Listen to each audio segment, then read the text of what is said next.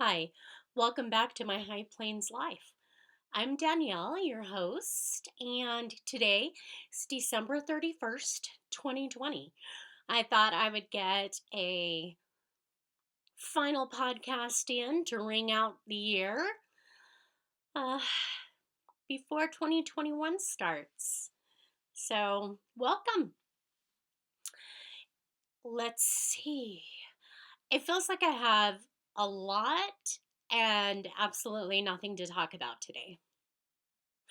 But like I said, it's that literally the last day of 2020, and it just felt more momentous this year, I think, than others in the past. And I wanted to record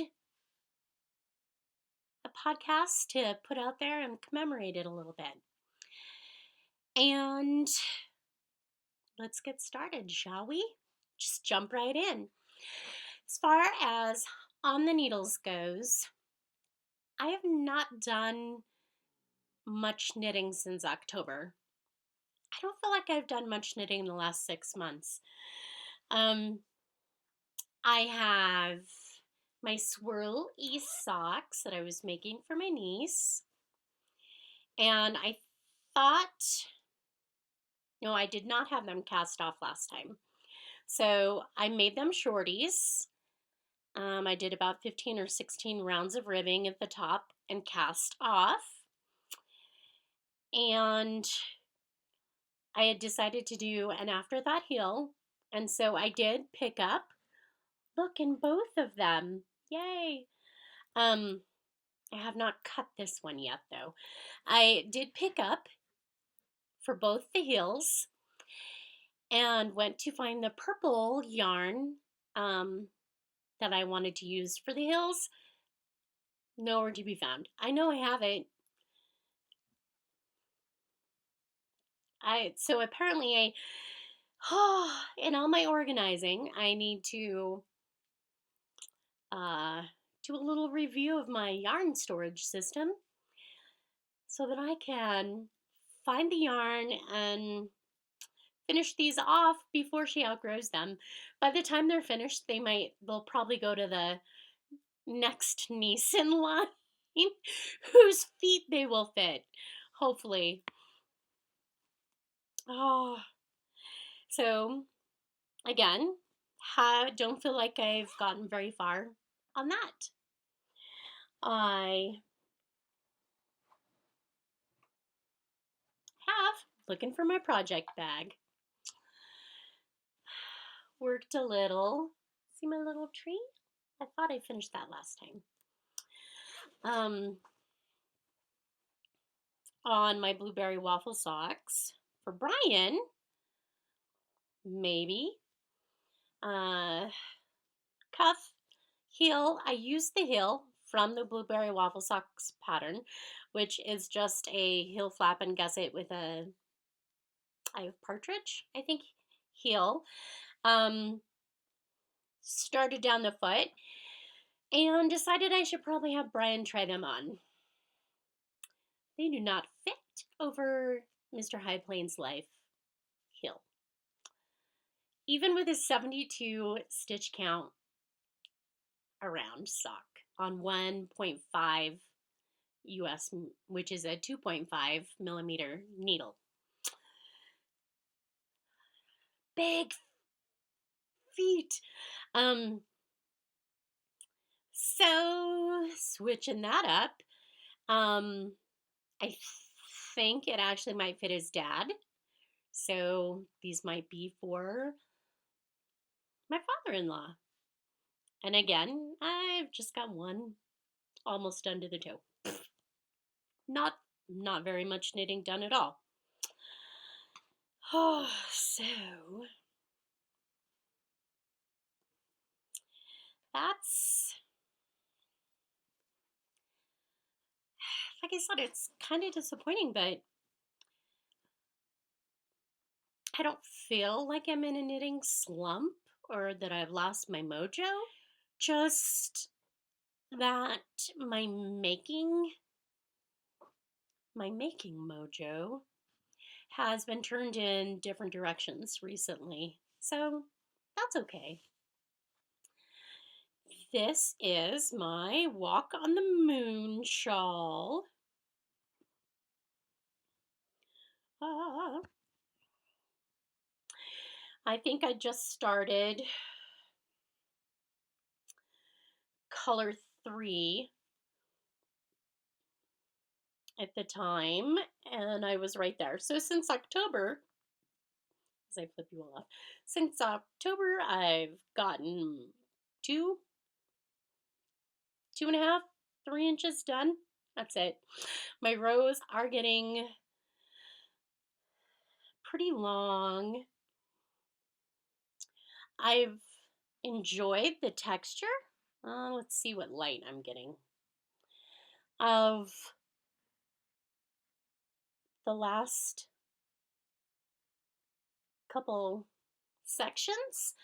I pattern calls for this cool little um because you're working color 2 and 3 together, like without cutting the yarn, because you're doing like 1 or 2 rows and then switching colors. So you just run it up along the side. But then they have this cool little thing where you work color 2 across on the right side, and then without turning, go back to the beginning and work color 3 from the right side.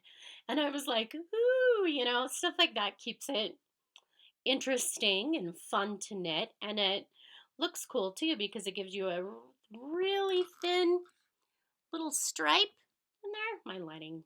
I actually have decent lighting. I just have a bad camera. Sorry. And it kind of reminded me of brioche without the, like burps and barks. So that was fun. Like I said, easily entertained, something to keep throwing in another row. And like I can sit and work a couple rows while watching a football game. So I'm knitting, but I still don't feel like I'm getting anywhere. So I'm like, I still have a lot of color 3 left. This is my second skein of color 2, so I've got 2 or 3 more charts left. So there's plenty to go. It's just going to be a while.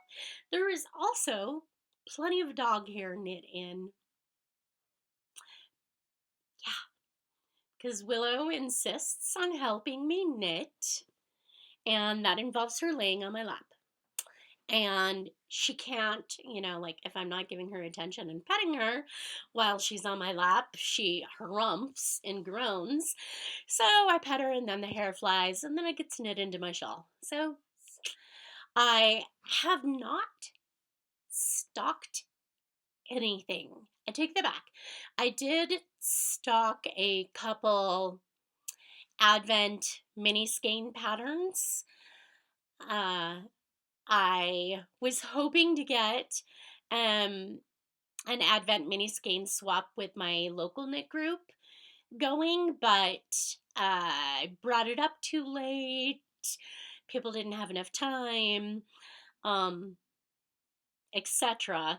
So definitely going to do it next year. Forewarned, ladies. I've looked at a few patterns for that. I really love some of the stuff that Curious Handmaid, Helen Stewart, designed. She's has a couple patterns for advent calendars, and she has a beautiful aesthetic. I love her designs. But the swap didn't happen, so I put that on the back burner.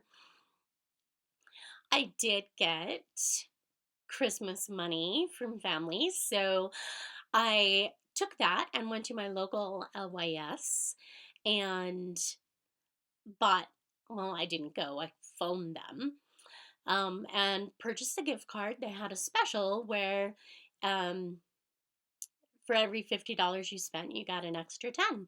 So I got a $120 gift card for $100. So thanks, Joan. And then next week or the week after, I plan on hitting you and me and doing a New Year shopping spree. So, yay! What I have been spending my creative energies on is quilting. So, let's move on to Under the Needle. I mentioned in my last podcast that one of my quilt guilds had been meeting and the other one had not. So the one that has been meeting is Piecing Partners Quilt Guild, and I volunteered again to continue as membership chair. So I'm hoping somebody will want to help out as the year progresses. We've been trying to do a lot of things via Zoom, which has been a learning curve for a lot of people, including me. So I know it's not the ideal situation. We'd all much rather meet in person because that's part of why we join a guild, is for the community. But if we can't meet in person, meeting online in an interactive way is the next best thing, I think. And I'm willing to do that versus nothing at all. So, Quilt Guild meetings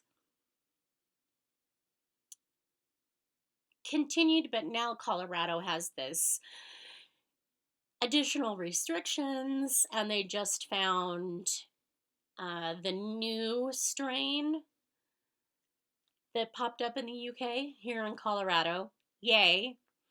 So I don't know what 2021 will bring, but we'll keep our fingers crossed. I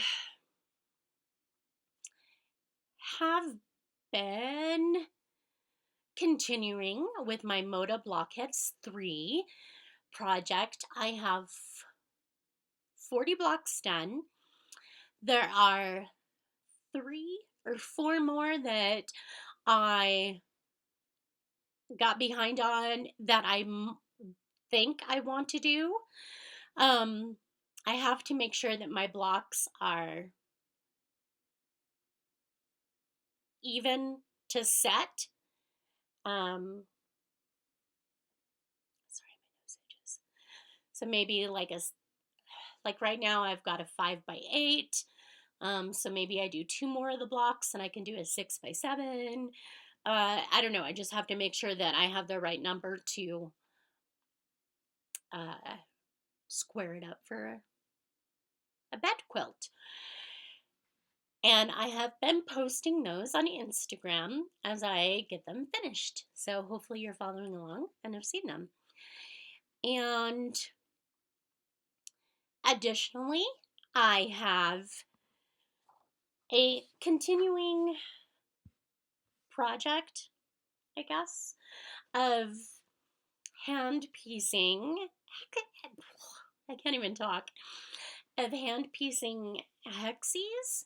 These are 1/2 inch hexagram English paper piecing. And I've used all reproduction fabrics, and most of these are scraps from fabrics that I've used in other projects. Some of them were cut specifically for this, but not many. Most of them have been used in something, and a lot of them are Jo Morton for like both her Andover and her Moda collections.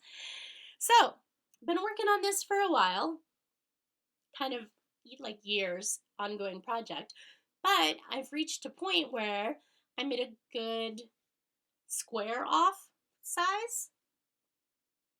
Does that make sense? A rectangle, actually. So the edges are straight, a decent size. I'm not sure, like my plan was to do it for a wall hanging anyway. So I'm not even sure how big I want that to be, but this is a good size. So I thought I would stop there and maybe take it when stores are open again. Um, and look for some frames, like poster frames or something, and see how close I am to sizing. Um, maybe with a little mat. So, um, and if it's an odd size, then I'll know how much bigger I need to make it. So that's kind of my plan on that. And also that way, like I could keep going on this and make it as big as, forever. But I also kind of wanted to call something finished. And this isn't finished. It's not um backed, it's not framed, it's not on the wall, it's not, so it's not done, but it's on its way to being done. So that's something that gives me a little sense of progress, I guess. What I've been doing with my hexagrams since then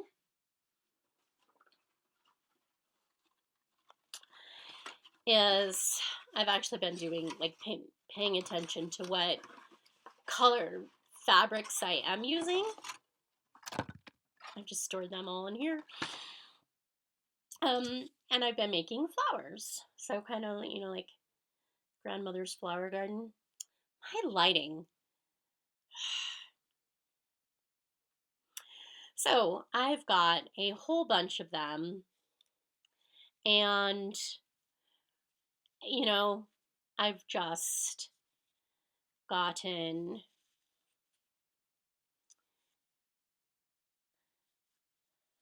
all these little flowers.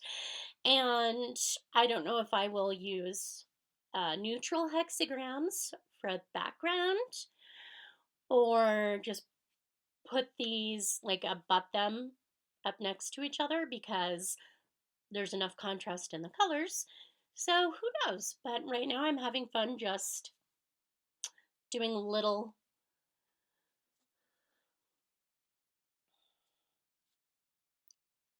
flower hexy flowers, and I can keep it all in here. So it's got my needle minder with scissors and needles and paper and cut fabric, and I just stitch away, and I sit and I'll do like one or two an evening if I'm not knitting. I picked up I've had it, been working on it for a while, my Earth, Wind, and Fire quilt by, I forgot who. I will put it in the show notes. And I'm not going to open it up because it's queen size, but there's like 18 blocks like that with a star and then a log cabin around it. And I had originally planned to use this fabric as the border. Floral, birds. Yeah, I like it. Green, red, golds. Yeah, that's, what I'd planned to do with this. My husband saw it and he's like, and I'm like, well, don't worry, I'm going to give it away. And he's like, I kind of like it though.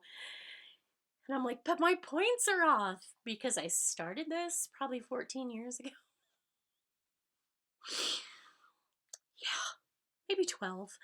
And so, I didn't have the quilting experience I do now. And so some of my squares aren't perfect. Not that anything else is, but are more off than others. And he's like, can you tell from, he's like standing in the doorway and he's like, I can't tell from here. And I'm like, okay, we'll keep it. But he wanted a different fabric for the border. So I had some of this. It was Christmas. that. Holly and ivy. And this border actually goes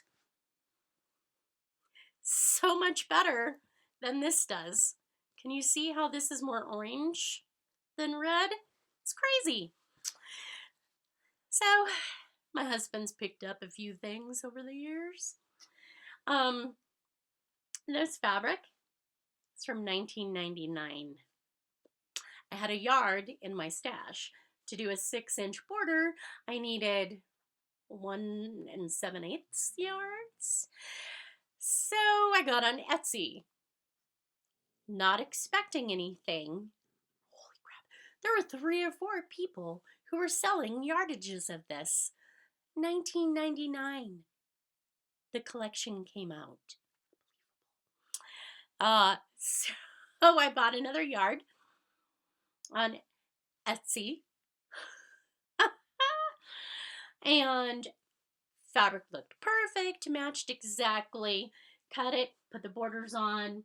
Everything's ready to go. The back is pieced. And I have my binding cut.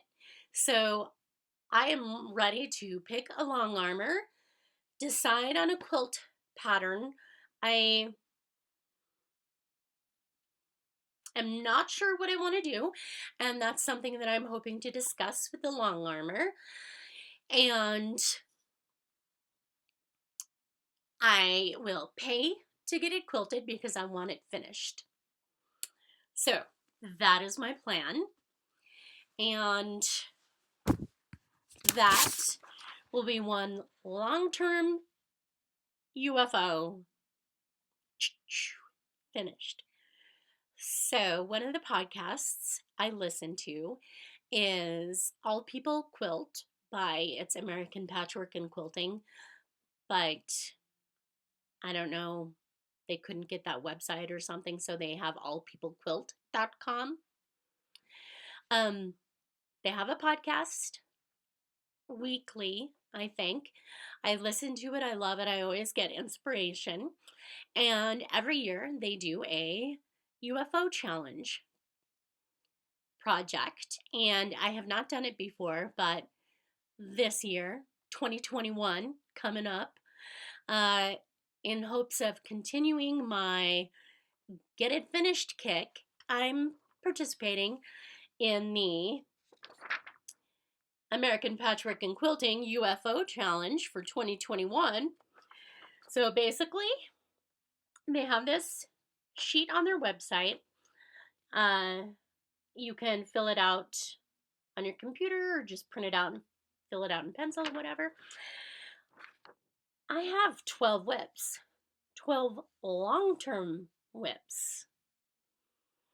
And so I put the ones that I want to work on this year down, and then every month they basically pick a number. So it's not like January, February, March. They'll pick a number and they'll say, for the month of January, the UFO challenge number is 5. So whatever you have listed as your number 5 is what you will work on in January. And what this column is the current status. So where is your quilt at now in the process?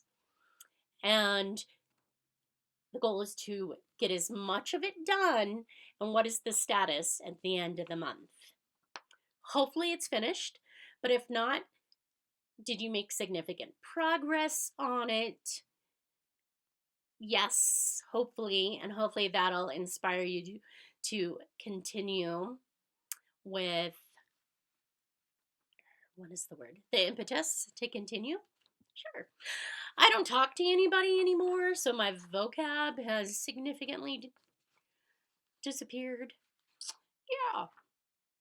So, very excited. It's my first year of trying this. Tomorrow I find out what January's UFO challenge number is. And, it's very loosey-goosey. They have a Facebook group to provide morale and motivation and feedback, But if you don't feel like working on that project for that month, pick another one. They're very laid back about it. And some people do two or three. Some people have one for quilting, one for knitting, one for needlework projects. You can put anything on there. So, very excited, hoping it goes well. I have a new category I'd like to talk about today, and that's called On Paper. So, basically, I used to do a lot of card making. I belonged to a Stampin' Up group that would meet every month and make cards. And I did this for 2 or 3 years. And again, this was 15 years ago. A lot of supplies. I haven't used it in over a decade. Literally, probably that long, at least a lot of the stamping stuff. Um, I visited my mother in law at a crop retreat where they go to a hotel for the weekend and take over a conference room, and everybody gets their own table, and it's, like crop, crop, crop the whole time. You can scrapbook or card make or whatever. So I visited her and I had such a blast that I immediately went home and hauled out all my stuff. I was like, oh, I'm so excited. Like I want to get back into doing this again. And, that new initial excitement again. Um, well, because I hadn't used things for over a decade, they were scattered throughout my craft room, shoved in the closet in like 4 or 5 different locations. And not just, like stamps here, paper there, like ink there. I had like paper, cardstock, and pattern paper in like 4 different locations. So I said, and being the nerd that I am, said, let's organize. So I pulled everything out, everything that had anything to do with paper crafting, accessories, brads, eyelets, etc. Um, buttons specifically for card making, that I wasn't going to use on a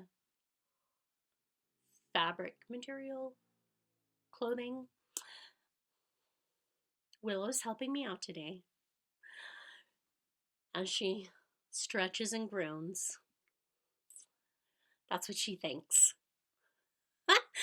um, hauled everything out, put it in the middle of the room on the floor, so I had to deal with it. And discovered several things. One I knew, I had a lot of crap, which I knew. Seeing it all again kind of made me go, I should probably use this or get rid of it. So I did a little bit of both.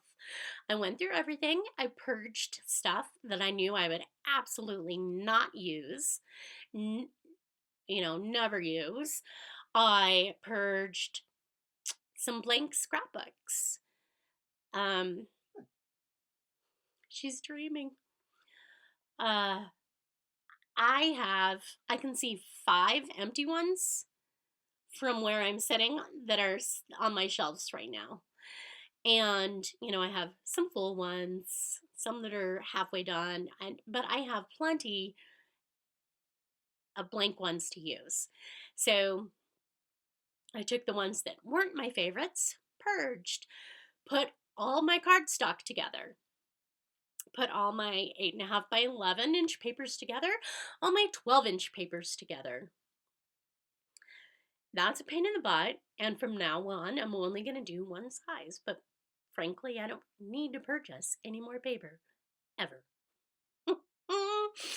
So, I pulled all of my packs apart. I had cardstock packs and printed paper packs, like pattern paper, packs, and unless they were for a specific theme, mm, I left those packs together, but that was only two or three, and everything else I pulled apart, separated by color. So basically, I have my 8.5, 11 papers, my 12-inch papers. I have everything separated into Roy G. Biv. This took about a week, to go through everything and sort, decide where I was going to put it. All my paper, one place. Before, I had some under here in these cupboards. And now this is strictly quilting and fiber crafts. Um, and I have uh, extra stuff like bindings and zippers and, sewing stuff in that cupboard now. And all my scrapbooking, card making stuff is in the fish tank stand. I'm such a geek. I love organizing. It made me so happy. I would sit on the floor for hours just putting stuff in piles. So now everything is so much easier to find. Things aren't cluttered. I know what I have. And if I'm not sure, I can find it in seconds, pretty easy. So, very excited about that and had so much fun and was still inspired after seeing the cards my mother-in-law was making. So, I'm like, I'm going to make my Christmas cards this year. And I haven't sent Christmas cards in years for several reasons. I don't have a lot of people's addresses anymore. Most of my friends from the military have moved around. And if we keep in touch, it's generally through Facebook. So, like I keep up with people on Facebook and don't have their mailing addresses. I'll have their email or their cell phone number, but, not really snail mail. So, haven't sent cards in a couple of years. So not only did I decide to send cards this year, but I decided I wanted to make my own cards this year. Several reasons. One, it gave me joy to make the cards. I had so much fun picking the designs, using my stamps that I haven't in 12 years, you know. And I just had so much fun. And secondly, I wanted to do something that will hopefully bring a smile to other people too. And I actually reached out to a lot of the podcasts or people that I follow on Instagram who I have really enjoyed following throughout the year, who have provided me with entertainment and joy and made me smile every day. I wanted to bring them a smile. And not being able to see my own friends in person much this year, it's kind of skewed my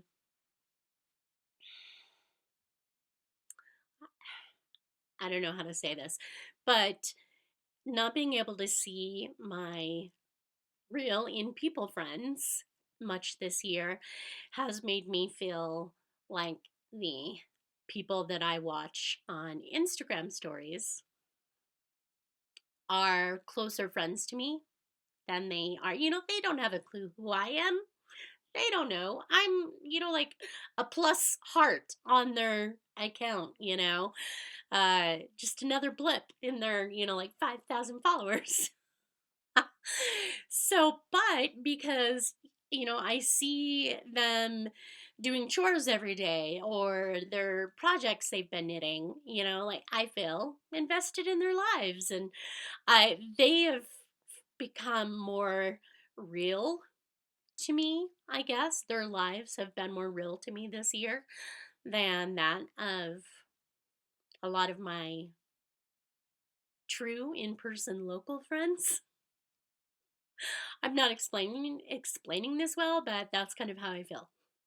So, I reached out and DM'd several of them asking, telling them I'd like to send them a card and asking for their address, understanding if that was something they didn't give out because privacy, that's fine. But a lot of them did respond and gave me their address. So I handmade my Christmas cards and mailed them out. And of course, I was the moron who forgot to take pictures. I have 2 or 3 cards left. So something like this. See, they all have brown noses, but that one has red. Ah. And then, just wishing you many magical moments this holiday season, and hand stamped by me. So this is just a simple one. I couldn't get too fancy with the accessories or dimensionals because they had to go in the post, and it has to be mailed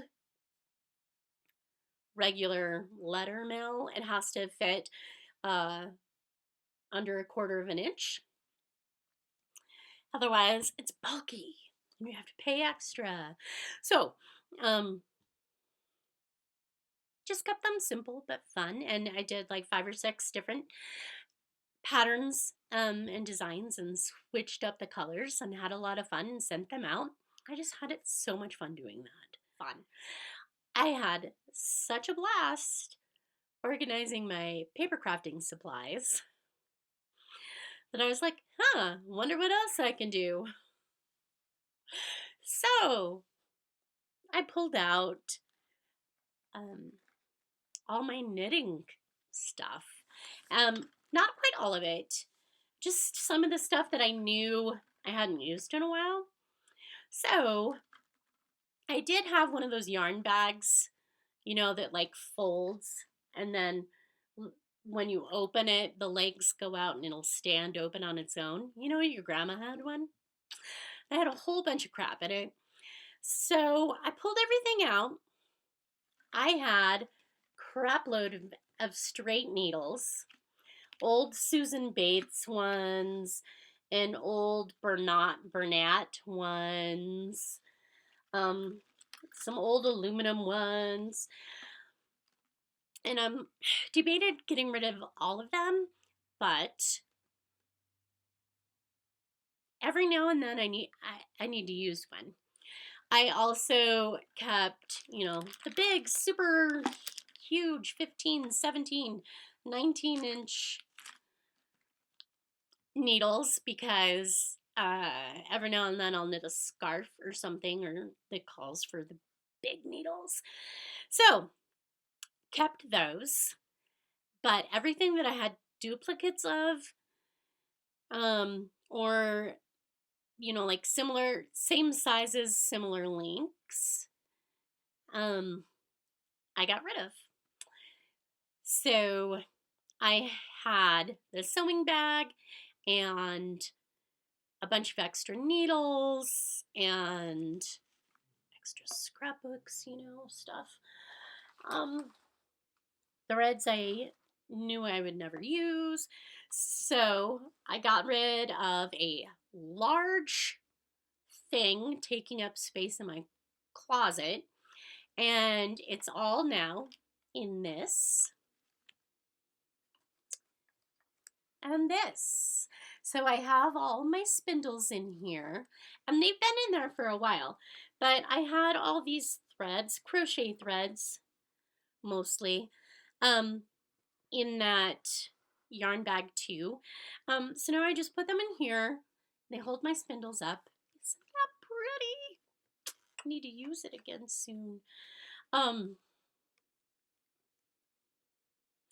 so something I already had combined takes up much less space.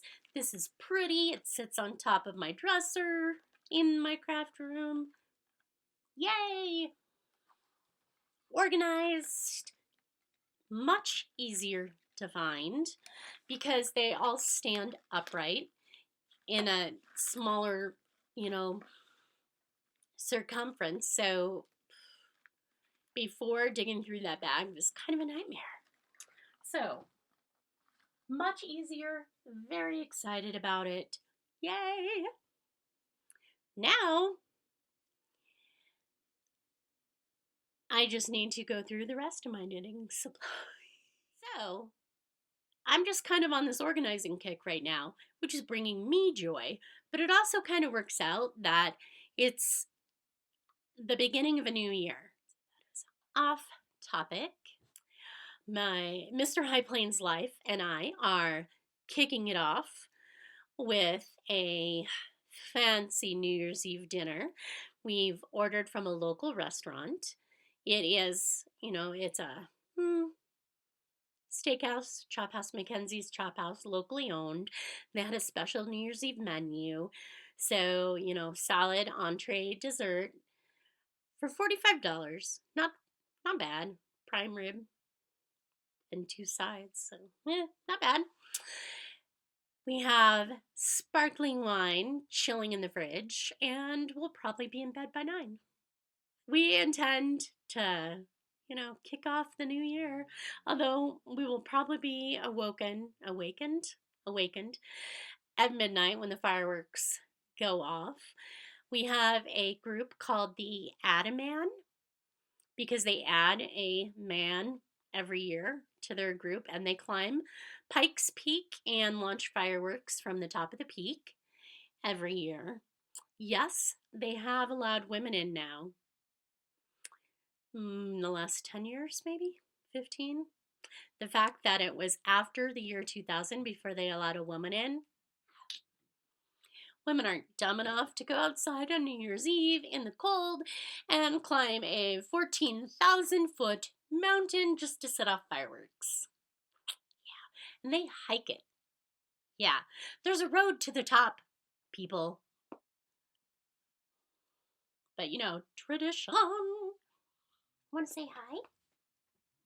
Oh, say hi. Yeah? Oh, she's like, I just want my ears scratched, Mom. So the fireworks and then the dog freaking out about the fireworks will wake us up at midnight. And probably for hours. I have been watching Vlogmas from some of my favorite podcasters. I've been watching Stitching the High Notes and Corner of Craft and Stranded and Suburban Stitcher. Really enjoying their Vlogmases. We have been playing board games with family, mostly Sequence and Rummikub. As far as fantasy football goes, I was the number 1 seed going into the finals bracket, or the winners bracket, and I lost. That sucked. So I'm knocked out of fantasy football. However, Josh Allen is continuing to play well, and so excited. It is so good to see someone from my university doing well in the NFL. Someone not from the SEC. And feels good. So even if I'm not a Bills fan normally, I'm rooting them on this year. I also would like to mention, I'm sure you guys have all seen it, I've unsubscribed from the email ads. I still get the Instagram pop-ups all the time for Craftsy memberships. It's under $5 right now for a 1-year membership. Do it. You can always cancel at the end of the year, but that's unbeatable. And Also, I really want Craftsy to continue, since they've been purchased. Um, I think it's a great platform, and if I can give it a little bit of support so that it gets the momentum going again after Blueprint saying they were closing, um, that's great. So that's all I have. I wish you all a happy New Year's and a best start to 2021. You can find me as Danny Girl Co. on Instagram and Revelry, and show notes can be found at www.myhighplainslife.blogspot.com. Thanks.